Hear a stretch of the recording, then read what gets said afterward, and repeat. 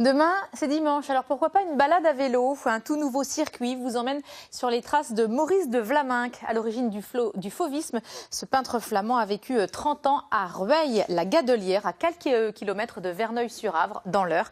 Christiane Lablancherie et Jean Letellier ont parcouru la campagne vernolienne à bicyclette.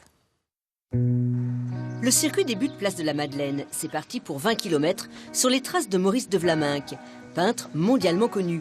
En 1925, il s'installe à Rueil-la-Gadelière, un village proche de Verneuil-sur-Avre.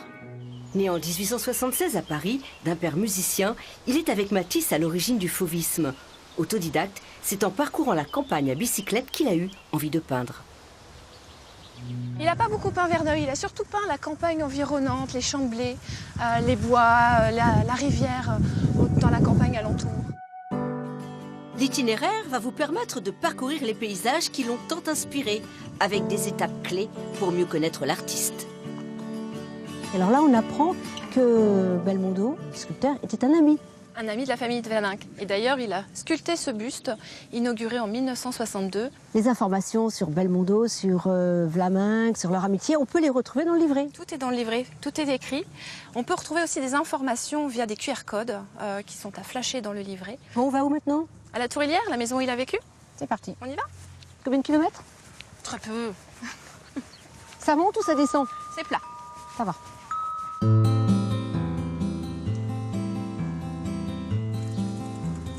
Nous voici à la Tourilière, la maison où a vécu Vlaminck pendant près de 30 ans. Jusqu'à la fin de ses jours, il a acheté cette maison sans même la visiter. La Tourilière, son havre de paix, sa tanière. Vlaminck y installe son atelier face à la campagne normande. La dernière de ses 5 filles, Godelive, est née dans cette maison.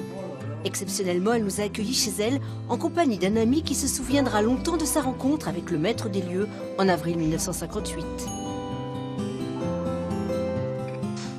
J'étais peintre amateur et puis j'avais amené 2 ou 3 de mes croûtes pour avoir son avis. Il me l'a donné, il m'a dit une seule phrase. « Mon petit gars, tu emploies du noir, c'est sale.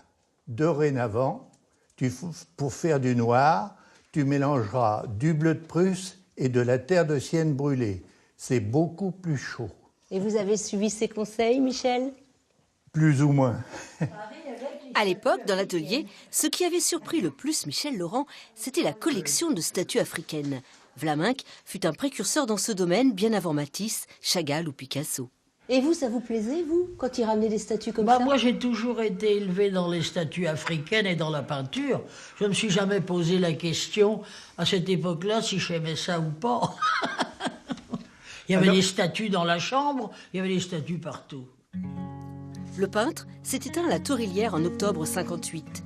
Le circuit à vélo passe par le cimetière du village où il fut enterré nuitamment pour éviter la presse et les curieux.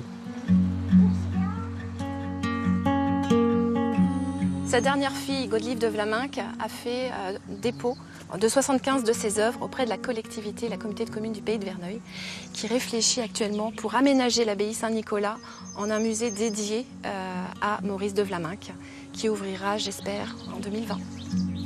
En attendant d'arpenter le futur musée, découvrez à vélo ce pays qui plaisait tant à ce Flamand qui disait avoir retrouvé ici un autre chez lui.